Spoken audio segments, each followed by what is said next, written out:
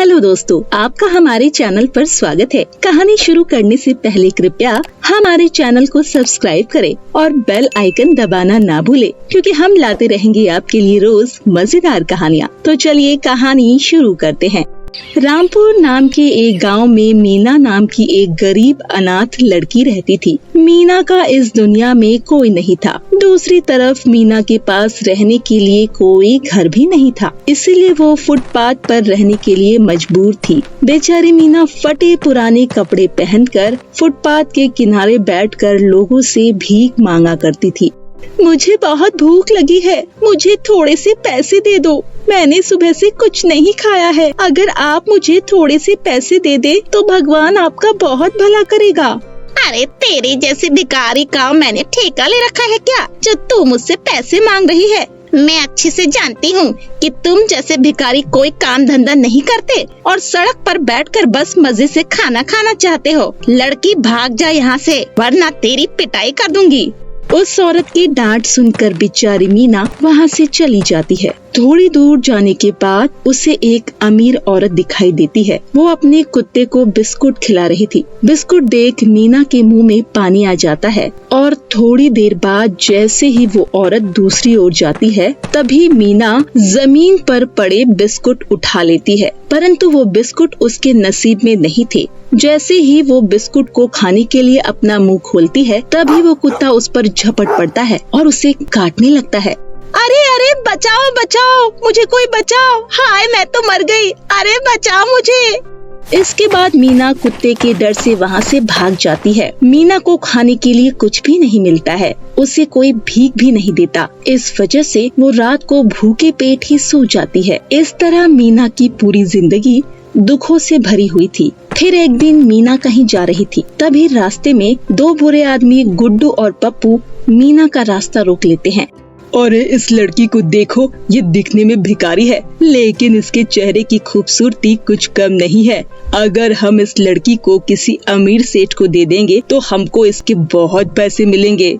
हाँ भाई गुड्डू, तुमने बिल्कुल सही कहा है। चलो इस लड़की को हम ले जाकर बबलू सेठ को बेच देते हैं। वो इसे विदेश में कहीं बेच देगा और इसके बदले में हमें ढेर सारे रुपये देगा। उन दोनों गुंडों की बातें सुनकर मीना बहुत घबरा जाती है और कहती है, अरे नहीं, ये दोनों बुरे आदमी मुझे कहाँ से मिल गए? ये दोनों तो मुझे बेचने की बात कर रहे हैं। मुझे यहाँ से फौरन भाग जाना चाहिए। इतना कहकर मीना वहाँ से भागने की कोशिश करती है, लेकिन तभी वो दोनों गुंडे मीना को पकड़ लेते हैं। अरे कहाँ भाग रही है? अब तू हमसे बचकर कहीं नहीं जा सकती। तुझे बेचकर हमें लाखों रुपए मिलेंगे। सीधी तरह हमारे साथ चल, वरना मार मार के तेरी खाल खींच लूंगा। मीना मदद के लिए जोर जोर से चिल्लाने लगती है, बचाओ बचाओ, कोई मुझे बचाओ, कोई मेरी मदद करो। तभी अपनी जादुई उड़न खटोले पर सवार आसमान में उड़ती एक जादूगरनी मीना की रोने की आवाज सुन लेती है। ओए, ये क्या हो रहा है? ये लड़की तो किसी मुसीबत में है, मुझे इसे बचाना होगा। वो जादूगरनी गुस्से से उनकी तरफ जाती है और अपने जादू से दो विशाल कौवे बनाकर उन दोनों बुरे आदमियों के ऊपर छोड़ देती है। फिर वे कौवे हवा में उड़कर उन दोनों बुरे आदमियों के ऊपर हमला कर देते हैं। अचानक हुए इस हमले से वो दोनों गुंडे बुरी तरह घबरा जाते हैं और वहाँ से भागने लगते हैं, परंतु कौवे भी उनका पीछा करने लगते हैं। अरे अचानक ये दोनों कौवे कहाँ से आ गए? ये दोनों बहुत खतरनाक है। इतने विशाल कौवे को मैंने आज तक नहीं देखा। हाँ भाई, इससे पहले कि ये हमें जान से मार दे, चलो यहाँ से भाग चलते हैं, इसी में हमारी भलाई है। फिर वो दोनों गुंडे वहाँ से भाग जाते हैं।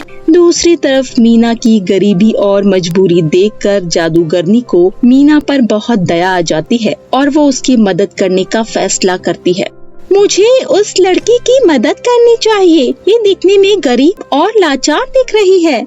और इतना कहकर वो जादूगरनी मीना के पास जाती है और अपनी जादुई थैली में से एक पपीता को बाहर निकालती है और उसे जमीन पर रख देती है। उसके बाद जादूगरनी के इशारा करते ही उसके दोनों जादुई कौवे का उस पपीता के ऊपर चोंच मारने लगते हैं। देखते ही देखते वो पपीता एक विशाल घर में बदल जाता है। बेटी आज से तुम इस जादुई पपीता के घर में रहना। ये जादुई पपीता का घर हमेशा तुम्हारी रक्षा करेगा और साथ ही ये तुम्हें ढेर सारी धन दौलत भी देगा। ये पपीता का घर तुम्हें किसी भी चीज की कमी नहीं होने देगा। मुझ गरीब अनाथ लड़की की मदद करने के लिए आपका बहुत बहुत शुक्रिया जादूगरनी जी। आपने जो ये मुझ पर एहसान किया है, मैं इसे जीवन भर नहीं भूलूंगी। उसके बाद मीना उस जादुई पपीते के घर में चली जाती है और खुशी खुशी उस घर में रहने लगती है। फिर एक दिन मीना मन ही मन सोचती है, मेरी ही तरह न जाने इस दुनिया में कितनी लड़कियां होंगी जिन्हें कितनी तकलीफों का सामना करना पड़ता है। अब मैं उन सभी लड़कियों को इस घर में लाकर उनकी मदद करूंगी। फिर अगले दिन मीना उस जादुई पपीते के घर को कहती है, हे जादुई पपीता का घर, प्लीज मुझे शहर ले चलो। मीना के इतना कहते ही वो जादुई पपीता का घर हवा में उड़ता हुआ शहर में पहुंच जाता है। तभी उसे सड़क के किनारे फटे पुराने कपड़ों में भीख मांगते हुए कुछ लड़कियां नजर आती है। मीना उन सभी लड़कियों को अपने पपीते वाले जादुई घर के अंदर बुला लेती है। फिर जादुई पपीते का घर उन सभी लड़कियों के फटे पुराने कपड़ों को सुंदर सुंदर कपड़ों में बदल देता है। इसके साथ ही वहाँ पर ढेर सारे पकवान भी प्रकट कर देता है। आज के बाद तुम सभी को कहीं भटकने की जरूरत नहीं है। तुम सभी मेरे साथ इसी घर में रहोगी। मीना की ये बात सुनकर सभी लड़कियां खुश हो जाती है। फिर उस दिन के बाद से मीना गरीब लोगों की मदद करना शुरू कर देती है और सभी लड़कियां मीना के साथ अपना जीवन जादुई पपीता के घर के सहारे हंसी खुशी व्यतीत करने लगती है। तो मेरे प्यारे दोस्तों, कैसी लगी आपको हमारी ये कहानी? हमें कमेंट करके जरूर बताएं। अगर आपको ये कहानी अच्छी लगी हो तो इसे अपने दोस्तों के साथ शेयर जरूर करें। और हाँ, ऐसी ही नई मजेदार कहानियाँ देखने के लिए हमारे चैनल को सब्सक्राइब करना ना भूलें। तब तक के लिए आप अपना ख्याल रखिए। धन्यवाद।